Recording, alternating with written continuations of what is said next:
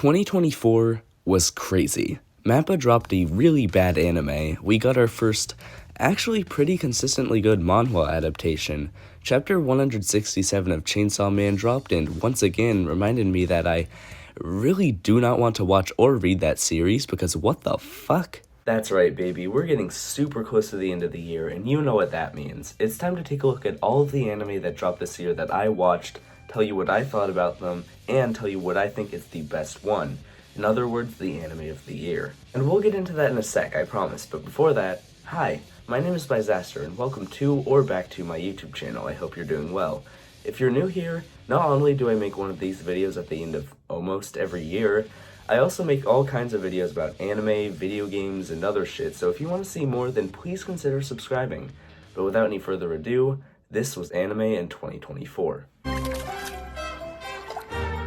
Baby, you got a stew going. This is an anime about making food out of dungeon monsters.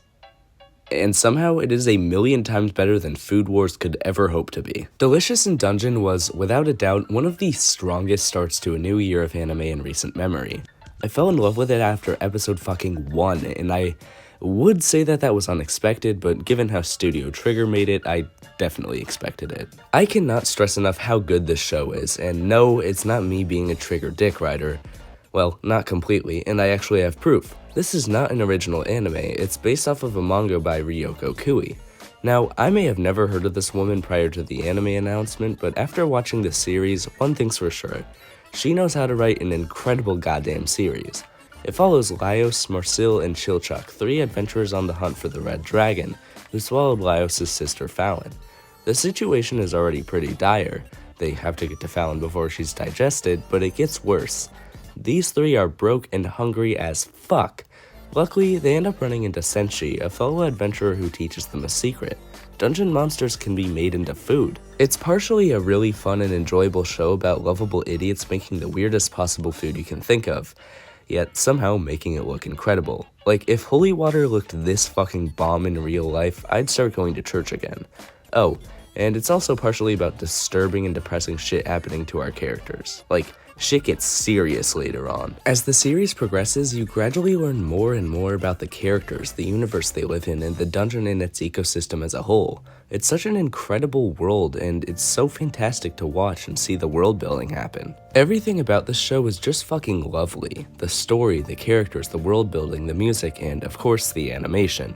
I mean, come on, it's Trigger, what do you expect? All the character designs are cute, the food looks great, the environmental designs are awesome, and everything is brought to life so perfectly, from the hilarious facial expressions to small details like Marcel kicking her feet while she eats sorbet. Both versions of the show are great, but I'd honestly recommend watching the dubbed version, as Laios is voiced by the Smosh Games member Damien Haas, who I learned thanks to the series is an incredible voice actor. Marcel is voiced by the amazing Emily Rudd, and Senshi is voiced by the legendary ProZD. Delicious in Dungeon is one of the most unique anime I've seen in a while, and I cannot wait to watch season 2 when it comes out. The point I'm trying to get across here is that it is very fucking good. There's a reason why it's in the top 100 anime on MAL, please watch it. Oh, also, Marcel and Fallon are gay as fuck. Solo Leveling is the latest Crunchyroll original webtoon adaptation, and I'll admit it, I was pretty nervous about this one. After Tower of God's decent but rushed adaptation and the crappy Noblesse and the God of High School adaptations, my expectations were low, which is why it was so awesome to see that Solo Leveling was actually pretty damn good. It's giving me chills. Creepy? Yeah, I think so. The series is set in a modern fantasy world where adventurers called hunters, hey, wait a minute, have powers that they use while exploring dungeons and fighting monsters.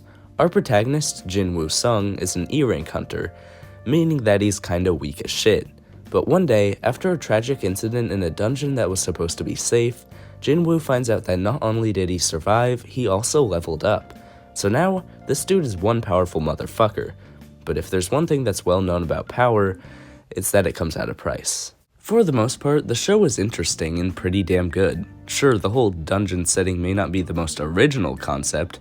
I mean, look at the fucking title of the last anime we talked about. But seeing it in a modern setting is pretty cool, and the unique power system and surprisingly dark nature make up for it. That's definitely not to say that it's perfect, though. Despite its interesting enough take on the shonen, action, and power fantasy genres, Solo Leveling is still very much a power fantasy anime. The main character goes from, no offense, a total wimp to a completely and entirely different person because he, I don't know, exercised. Like, yeah, he obviously got stronger, but he also went from, what if I'm next? To, well, time to effortlessly kill monsters. In such a short amount of time that it honestly gave me whiplash. And really, it's kinda goofy when he constantly acts like he should be in some dumbass Sigma male TikTok edit. They sorta explained the whole change in character later on, which is like, okay, yeah, but shouldn't he still have some semblance of his normal personality? The villains don't really do the show any favors either because of how comically fucking evil they are. Most of the villains who aren't monsters are pretty much your typical, hey, I kill people because I bad guy, motherfucker. And I won't spoil anything, but literally every villain introduced in episode 9 is the most generic, ooh, I'm gonna hurt a woman, motherfucker ever. The writing in the show isn't awful. It still packs some wild twists like the one in episode 4, but it definitely leaves a fair amount to be desired. I can't deny, Chuhi's B-rank healing spells have come in clutch on more than one occasion. Hearing terms like come in clutch used in anime is the most surreal shit of all time. Next up, we have Bucchigiri. No, please, I already made a video about it. You can't make me talk about it again, you can't. Earlier in the year, I made a video about how fucking bad this show was, and why I could not stop watching it. In case you haven't seen that video, which, not to stroke my own cock, but I think it's pretty funny and I'd recommend watching it with the link above, I'll give you a quick rundown of what I hated about it. The plot was ridiculous and nonsensical, it was repetitive, it had the most immature sense of humor ever, it was a whole nother level of cringe, and both the protagonist and sorta love interest were insufferable. Except I also kinda enjoyed watching it at the same time. It was like a car crash that I couldn't look away from, and I ended up not looking away because I finished it. But yeah, none of the issues I mentioned before changed. It was garbage throughout the whole runtime. MASHLE Season 2 aired this year, and Just shut it! Who I choose to hang out with. It was good. I mean, I don't know what else to say. It's on par with the first season. Well, in my opinion, at least. In my 2023 video, I criticized the show for being somewhat generic, as well as having bland female characters and a reoccurring joke about the character Lance having a sister complex, which was just kinda uncomfortable. And none of that really changed this time around. In addition to being a shonen action power fantasy anime, MASHLE is also a comedy anime, and for the most part, this season was pretty funny, even unintentionally at times. For some reason, he pulled out before we could finish. That basement has death row inmates? One of the most interesting parts about this season was the introduction of Margaret Macaron, a character who was canonically non-binary. This was interesting. On one hand, it seemed like kinda cool representation because the rest of the cast just casually uses their pronouns, but on the other hand, they're like evil and sadistic and talk like this. Oh my, Orty. Coming to little old me for a favor is so out of character for you. Huh. And oh yeah, there's also a Redditor in this season. Do forgive him. Abyss has little in the way of experience with girls. He even calls them females. While we're on the topic of sequel seasons, not only did we get Blue Exorcist Season 3 this year, we also got Season 4. No, don't make the joke, it's a stupid fucking joke, don't make it. God fucking damn it. I don't think I've ever said this in any of my videos before, but Blue Exorcist was one of the first anime I ever watched, so it was really exciting seeing it come back after 7 whole years. At first. You see, as I watched these seasons, I began to realize that the nostalgic charms of the show had sadly worn off on me. Shammy. Do you want to dance? He likes me. Yeah, I still love the show. I won't lie to you, aside from the whole dark fantasy take on the genre, Blue Exorcist is a pretty generic shonen action series, and it can be kinda hard to recommend it to people looking for super well-written series. But it's also a huge comfort anime for me, and like, come on, they fucking dug up Uberworld to get them to do the Season 3 opening. Actually, I wonder if this fucked up the budget, because there's a little bit of crappy CGI in this season, and the Season 4 opening sounds like piping hot shithole. So yeah, in conclusion, I love Blue Exorcist. It can be dumb and tropey sometimes, but I'm hyped for Season 5 to drop next year. Fuck you. Oh my god, they're actually gonna dance, Cherry Magic is a pretty inventive BL series. For one, it features a relationship that isn't between two high schoolers. For two, it features a relationship between two adults. not two high schoolers. So I should probably mention that the full title of this series is actually Cherry Magic 30 Years of Virginity Can Make You a Wizard. Naturally, I took one look at that title and thought, okay, this is gonna be another love stage, isn't it? I'm gonna click play on episode 1 and instantly regret it, right? But no, this is actually a pretty good series. The anime follows our protagonist, Kiyoshi Adachi, who gained the ability to read minds due to still being a virgin at the age of 30. One day, he bumps into his coworker, Yuichi Kurosawa, leading to him discovering that Kurosawa actually has feelings for him. They end up becoming unlikely friends, and the relationship progresses from there. No, the series wasn't perfect. What the hell? What the fuck is this vampirical ass music? For example, episode 1 starts the show off kinda roughly. もし襲われても誰も来ないんじゃ。黒沢は俺のことが好きなんだよな。なのになんで何もしなかったんだろう。Maybe because he thought you were asleep?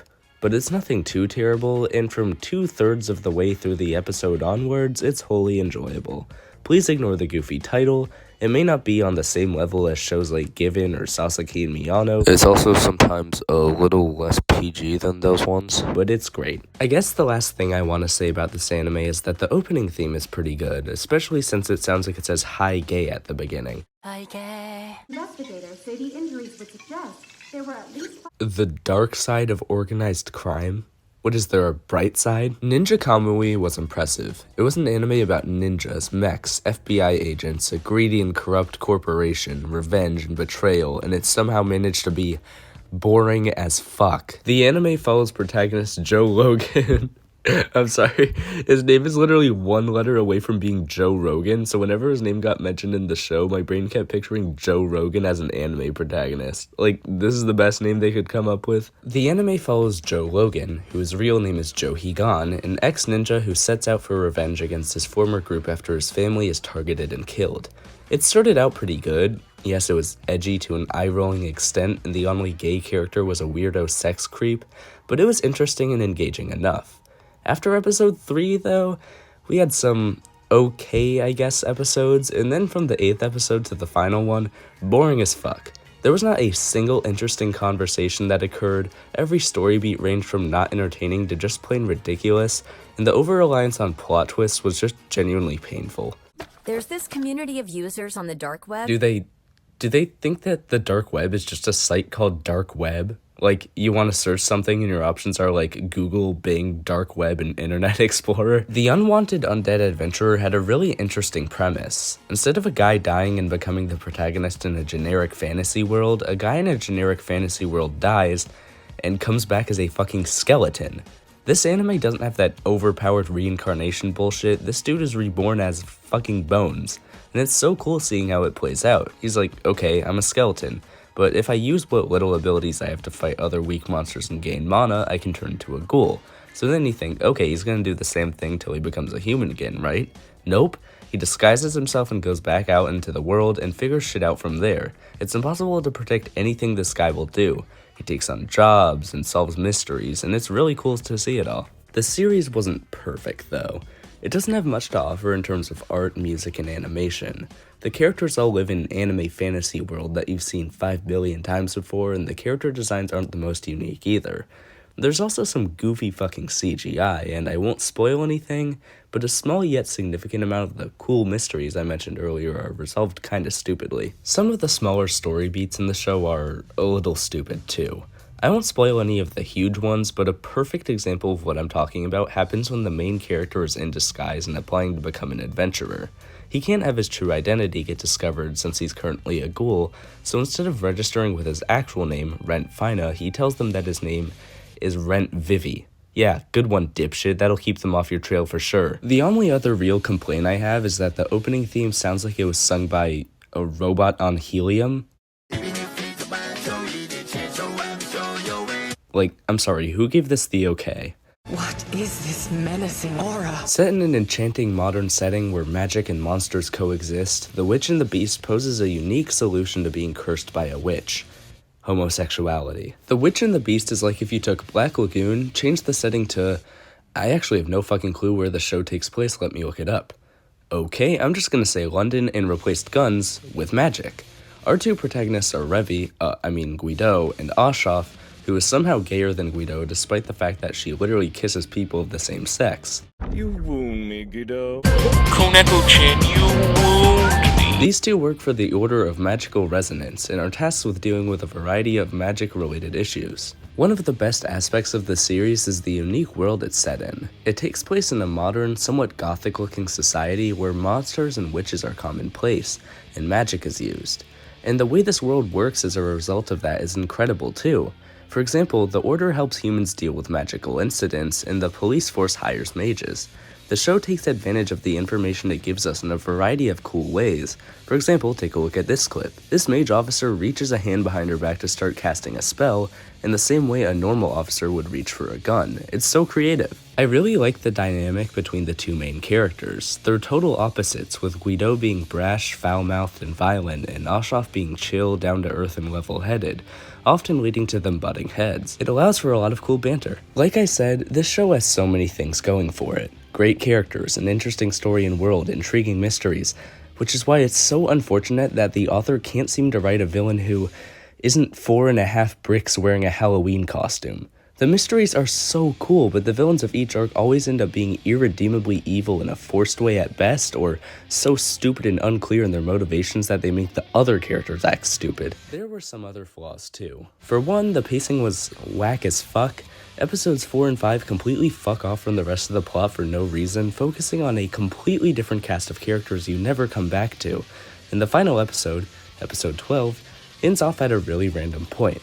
I feel like it's to set up a second season, but there hasn't been a second season announced yet, so I'm a little fearful when it comes to that. Oh, and the other significant thing that I haven't pointed out yet is that the opening theme just isn't great. So Windbreaker... Look, I had to make at least one fart joke, okay? You can't air an anime with a title like that and blame me for being immature about it. Anyways, the show is about a group called Both of these nuts. Okay, I'm sorry. So Windbreaker is the newest delinquent school anime, following in the footsteps of Tokyo Revengers and Bucchigiri. Unlike those shows, however, Windbreaker changed the game up by not making me bored as fuck halfway through the runtime like the former, and not making me hate nearly every aspect of it like the latter. The story follows our main character, Haruka Sakura, who moves to Makochi Town in order to attend Furin High and join Bofurin, the school's delinquent group. Sakura cares about one thing and one thing only: fighting, especially fighting to protect those who pick on weaker people. And although his brash personality makes it hard for him to gel with the rest of the crowd, when he finds out that Bofurin is a group dedicated to protecting the town from harm, he fucks with it and still joins. So essentially, our main guys are dedicated to protecting civilians and keeping the peace. So who exactly are they protecting said civilians from? This fearsome gang, who is led by, oh no, oh god, please say it isn't so, this absolute pretty boy twink. I need him so badly, give him to me now. I mean, I just pummeled 5 guys in front of her. This clip is so fucking funny out of context. Like, bro, just hit her with the I-pound dudes. The show is pretty much about two things: fights and our main guy learning how to fit in. And it's good and entertaining, but also a teensy bit poorly written and generic. The lore and characters feel a bit forced and unoriginal. You can pretty much predict how the whole first episode will go. The show has that whole dumb school is run by a student gang gimmick that Bucchigiri had, and I can't believe we're still doing the whole girl character get cornered by guy and needs saving shit in 2024. Like, it happens 2 times in one fucking episode. What do you think you're doing? Over here, pal! Did she just fucking teleport? The main character is also a great example of your average fight-loving, easily flustered, low-key stupid shonen protagonist, and the show gives him the whole grr, nobody knows that I don't fight to protect people, I fight because I let out a big stinky windbreaker in school and everyone laughed at me thing. But in his defense, he's still likable enough, he's not this motherfucker, and come on, look at him. He's just a cat with homophobia in his eyes. I just can't stand the idea of weaklings like you pretending they're the alphas. Shut the fuck up. Shut the actual fuck up. I feel like I'm ragging on this show too much, and I really did like it. I don't want to come across as a hater, so I'll say that despite how generic some of the characters could feel at times, they were definitely one of the series' greatest strengths. The show makes you really interested in them and where they'll end up in their arcs. It also helps that a lot of them are kinda gay as fuck for each other. There are better GL series than Whisper Me a Love Song, but there's no denying that it's still a really good one. It's about this girl, Yori Asanagi, the vocalist and rhythm guitarist of a school band, and this girl, Himari Kino, who falls in love with her playing and decides that what she needs to do is get to know her better. And well, their relationship blossoms from there. It's not just about these two, the side characters are pretty interesting as well, and the band aspect of the series can be cool sometimes. I'd recommend that everyone who's interested based on this description, read the manga and pretend that the anime does not exist. This adaptation was a fucking mess. I had originally outlined a completely different section for talking about this, but it seemed like every week the anime and everything surrounding it got worse and worse. The first few episodes were fine, but then the animation started getting shitty, and they started skipping over certain plot points, which is fine, I guess, but you know what isn't fine?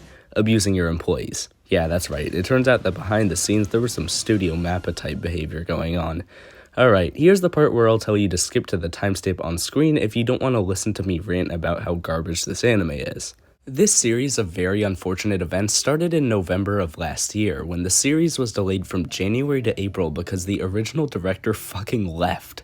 This meant that the new director had about 5 months to scramble this whole thing back together. Luckily, the new director and his team were good enough at scrambling for 3 weeks, putting out 3 good episodes. And this is when the animation team, Yokohama Animation Lab, who also did The Witch and the Beast, fucking quit the project because of how terrible the working conditions were. This meant that the rest of the episodes had to be outsourced, and the remaining team decided to outsource them to Asphalt Studios, who were responsible for the shitty animation.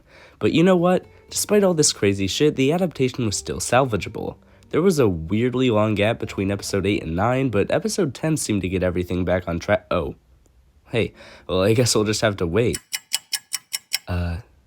Guys? It's November now. Do you remember the anime you were working on? Oh, Asphalt Studios doesn't exist anymore. It wasn't until earlier this month that we finally got an announcement regarding what the fuck was going on with the last 2 episodes. They're gonna be released on the 29th. Awesome, that's only 6 fucking months after episode 10. I don't like complaining about delays. I know that making an anime is hard and takes a lot of work, but this is just fucking insane. Like, the absolute worst possible route that this adaptation could have gone down. In conclusion, the manga deserves so much better. Fuck this anime. Whew, okay, sorry about that. Moving on, we have yet another GL show. Kind of. The Many Sides of Voice Actor Radio was an interesting show. On one hand, it posed some interesting plot points related to topics like showbiz and the blossoming relationship between 2 girls who view each other as rivals. But when it came to actually resolving those plot points, most shit related to the showbiz aspect of the show either got resolved way too easily or just not at all. And as for the GL stuff, wait, where'd the GL tag go? Oh no, don't tell me. These dumbasses thought this shit was getting a season 2. Yeah, here's a very small but very helpful spoiler if you're planning on watching this show for the more interesting plot point.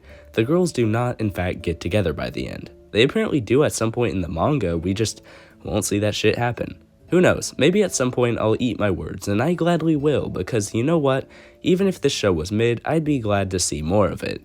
I just don't think that's happening. So as it stands, this show starts and ends with the 2 main girls not completely hating each other, but still hating each other a little bit. Yay! Something I found interesting about this show was the confusing way it tried to paint the child acting industry. It starts out trying to paint it as this toxic and dangerous environment, but then it sort of shifts into like, hey, this shit is awesome. Like, what? I get that the main girls are 17 and therefore are probably making more mature decisions than, say, an 8-year-old, but they're still minors, and seeing them go like, oh, hee, it's so fun being a kid in the entertainment industry is weird. Can we get an arc where they get addicted to Xanax like Macaulay Culkin? I'll move on from the show in a sec, but before I do, I want to say that one thing that it did kinda right was the last episode. Without spoiling, there's one big arc that's built up in the latter half of the series that gets resolved in a super satisfying way. I mean, the rest of the episode ends at a very random point, but that part of it was good. Unlike the fan service. Go-Go Loser Ranger started out as a brilliant parody of Power Rangers / Super Sentai series. I'd assume because I've never seen an episode of Power Rangers or Super Sentai in my life. But despite being unfamiliar with these series, I still managed to get quite a fair amount of enjoyment out of the early episodes of Loser Ranger. They were pretty funny in their comedic and parodying aspects, actually kinda interesting in their more serious aspects, and really creative, even if the pacing and my own lack of familiarity with the series got in the way sometimes. The main twist that the series utilizes to spoof Power Rangers is, well, making the Power Rangers the enemies, actually. Take the Red Dragon Keeper, for example. On the outside, he's presented as a great superhero and leader, but in reality, he's a sadistic fake motherfucker. He's pretty much the anime version of Homewood. I have no idea why I'm referencing The Boys. I haven't watched an episode of that show in my life either. Unfortunately, the show starts to kinda lose focus of itself as it goes on. The later episodes turn into more of a generic action show, but with pacing that isn't very great. The final episode of this season pissed me off a little as a character, not spoiling who, built up to be an important villain, was killed off in the quickest and most random fight ever. Speaking of things that pissed me off, Mission Yozakura Family. God damn! I think I clicked on the wrong anime. I didn't realize I was watching Mission Kennedy Family. This anime is not good. The story isn't real, the characters aren't real, and the relationships aren't real. So stupid. Yes, past me, that's what I just said. The main character's house gets fucking exploded in episode 2, and everyone forgets about that. This scene— He's super lazy and shy, so this is just what he does. What? Big Bro Shinzo is shy? This is the least subtle explanation of character traits I have ever fucking heard. The main guy and the main girl might as well be strangers with their complete lack of chemistry, and when the show tries to fix it with, "Oh, Taiyo, remember when you gave yourself that shit-ass haircut to protect me from bullies?" it doesn't work. And that's all without mentioning the older brother who appears to be a fan of Drake. I honestly enjoyed fucking Bucchigiri more than this show, because at least Bucchigiri was entertaining, even if for the wrong reasons, and poorly written, instead of a poorly written show where I was just waiting for the runtime on each episode to hit 0. Not everything about the show was bad. The opening theme was good. Yeah, that's right, they dug up Ikimono Gakure to get them to do the opening theme, and the character designs, especially for the main two, were cute, and the smelly gamer girl is a baddie. I still had to drop the shit on episode 4 though, because they started playing tag and I started wanting to die. Welcome to the Tower of God. Yo! Tower of God Season 2 was a double-edged sword, and not just because I was edging Dakun the whole time. On one hand, it fixed the severely fast pacing present in the first season, but on the other hand, it fixed it by making the pacing slow as fuck instead, during an arc that, from what I can tell, was extremely fucking boring. Not to mention, we randomly fuck off from Bomb's perspective to a completely new character's perspective. The writing, especially when it came to the characters, isn't incredible, and the cool stylistic animation seen in the previous season was replaced by a much more generic art style. It wasn't offensively bad, and it was pretty interesting at first and had intriguing moments throughout, but around episode 6, I think, they introduced a fucking character AI-ass chatbot, and I started dissociating. So yeah, despite its best efforts, this season still ended up being even more flawed than the first season, and significantly less enjoyable. Oh my god! Yo! Oh my. Oh my. I still made it through somehow, though. Wistoria Wand and Sword is about a boy named Will Surfort who, despite having no magical abilities to speak of, is determined to succeed at Regarden Magical Academy and make it to the top of the Wizard's Tower. One day, when traversing the dungeon, our protagonist comes face to face with a fearsome monster. An evil sentinel? An evil fentanyl. This series was, by all means, a generic action shonen anime. The story isn't anything special, hence the synopsis I gave. The characters are pretty basic. You've got the rival character, the kinda tsundere love interest, you get the picture. And the show revolves around, okay, let's be honest, a loser who somehow gets all the school baddies going cuckoo bananas. Where the show really shines is in its clean fucking animation. Like, holy fuck, these fights are sick, and the show also has a pretty interesting world and system under which it's ruled.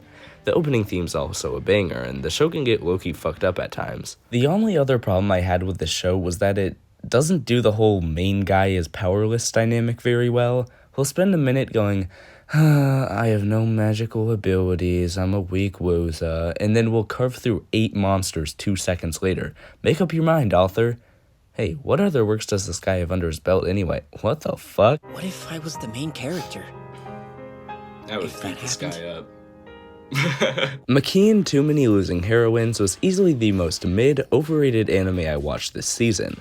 I was originally going to summarize what type of show it was, but then I realized that these 2 reviews from Mal do that job perfectly. It's like every other high school rom-com where girls are overly sexualized and lacking depth and personality. Her sister has nothing going on in her life other than her brother's business. Adult women sexualizing children. Unnecessary sexualization of children. I don't know if we should single out Japanese men. I mean, why do you think it has such a huge audience over here? Boring self-insert male protagonist. Then there's the other review, which gives the anime a perfect 10 out of 10 and was written by someone with this username. On one hand, Makeine was relatively interesting. Instead of the typical guy meets girl rom-com, this show's about a guy who meets 3 girls, all of whom are recovering from rejections that have had big impacts on them.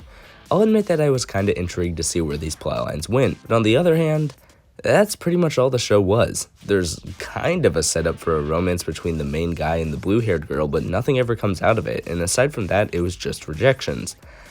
Just kidding, there was also creepy, gross, over-the-top fan service, all focused on 15-year-old girls, by the way, 2 teachers that should be on the watch list, a weird and over-sexualized student council president, and a little sister character whose relationship with her older brother gets weirder the more you realize how horny the author is. One of the worst parts of the show was its badass protagonist. Oh, wait, I didn't mean to put it in the script like that. There we go. This protagonist was bad and ass. The main character is one of those main characters. The B-word ones. Boring, bland, blank slate. This is one of the most blatant, oh, that's another one, self-insert characters I'd ever seen.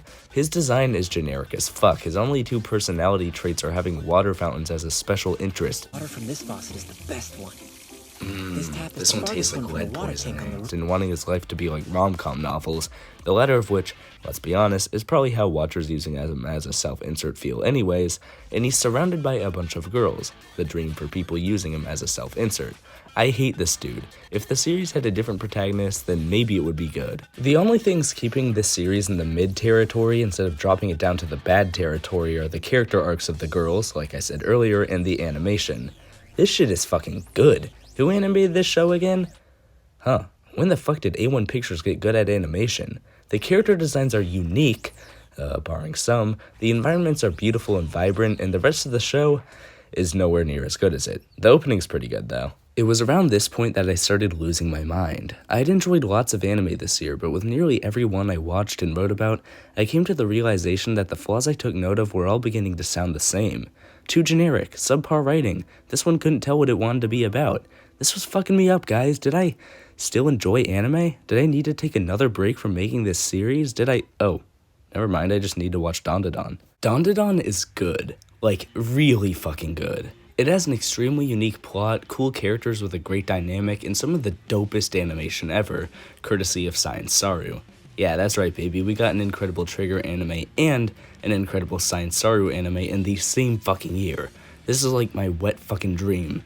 What I didn't mention, though, is that it's also an extremely weird anime. I mean, in the first episode alone, the male protagonist gets possessed by a spirit named Turbo Granny who steals his dick and balls, and the female one encounters a pack of Diddy aliens, and it's trippy and shit explodes, and what am I watching? But it's weird in a good way, like, it reminds me of Fooly Cooly. After discovering that both spirits and aliens exist due to these events, Ken Takakura, the male protagonist, nicknamed Okarun, and Momo Ayase, the female protagonist, form an unlikely duo, fighting ghosts and aliens alike.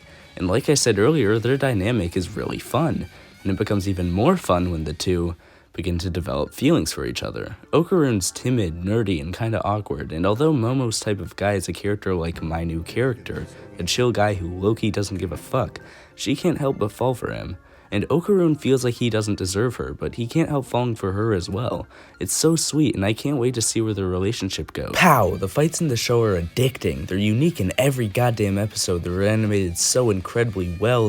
Have I mentioned the animation yet? It's so fucking good, and it knows that it's peak. It's like, yeah, we're gonna give you a 10-second long sweeping landscape shot, and you're going to fucking like it. And they're right. I do like this. It looks fucking dope. Meanwhile, if like Tower of God Season 2 tried to give me this, I probably would have fallen asleep. Sorry. The opening theme, Otanoke by Creepy Nuts. Look, I'm sorry, but if you name your band that, you can't blame me for laughing. Is a fucking banger. Interestingly enough, these guys also did the opening for MASHLE Season 2, and like that one, this one also blew up online.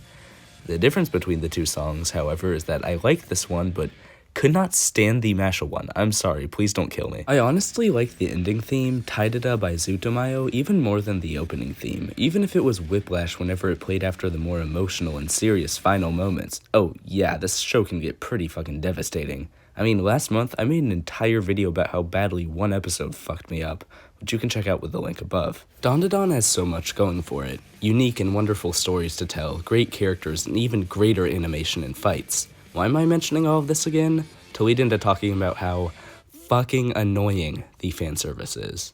Dandadan is incredible, but the fan service makes me want to send people fucking non-disclosure agreements when I recommend it to them. Remember the Diddy aliens I mentioned earlier? Yeah, I really didn't need to see them tie Momo up and strip her down to her underwear. You can establish villains without them being sex creeps, and when you do establish them like that, don't make it look like this. This scene of a girl in distress should not be animated like a scene from fucking Makeine. Now, the show doesn't have too many of these moments. Thankfully, this stuff gets toned down by a lot after this episode, and nothing as bad as this scene ever happens again. For better or for worse, I've hit the point where I'll see fan service and just dismiss it as something irritating I have to sit through every once in a while, but not everyone thinks like that. I hope authors realize that when you include shit like this, it turns potential viewers off. And with how fucking incredible the rest of this series is, it's a shame. This gay-ass motherfucker. After School Hanako-kun Part 2 was, like its predecessor from last year, a solid enough spin-off OVA of Toilet-Bound Hanako-kun, consisting of a variety of funny enough short stories. I actually slightly preferred this part to the last one, as I found the stories here to be more enjoyable and memorable, but that might just be recency bias. What's really exciting about this anime though is that it's preceding the second season of the actual series that is getting a second season at the beginning of next year. Alright, now it's time for the final anime that aired this year that I watched. Following up the action-packed and intense second part that aired last year, Bleach 1000 Year Blood War Part 3 continued to deliver hype-filled action sequences, killer animation, heightened stakes, and more. I can't really say anything new about it without spoiling shit, but trust me when I say that it's great. And now, we've reached that time once again. It's time to pick one of these anime to name as my personal favorite of the year. Oh, and as always, I won't be counting sequel seasons. Okay, drum roll please. The sound effect's fucked, I wanted a drum roll sound effect. My personal favorite anime of 2024 was Delicious in Dungeon. Now, let me just say this. This was the hardest choice I've ever had to make when deciding on the anime of the year in one of these videos. It was either going to be this or Dandadan, and this just barely won out over it, based on the grounds that it had already finished, and that it didn't have fan service. Delicious in Dungeon was a special anime, and not even just because of how incredibly unique it was. It was one of those shows where every new episode that dropped had me itching to see more of its characters, more of its lore, more of its world building, and it never disappointed. I was already satisfied with each episode being this group finding themselves in new situations where they had to find new ways to fight monsters and make them into food, so it just became even more incredible when the intense drama began to kick in. This is a series that I wouldn't hesitate to recommend, and I am beyond hyped for season 2. And those were all of the anime that aired this year that I watched. What was your favorite anime of the year? Did you have a least favorite? Were there any series I missed or any takes I had that you disagreed with? Let's be honest, there probably were. Let me know in the comments below. And in addition to commenting, please consider liking, subscribing, and sharing. Especially subscribing, because it really, really helps me out. I hope to see you in the next one, but until then, bye!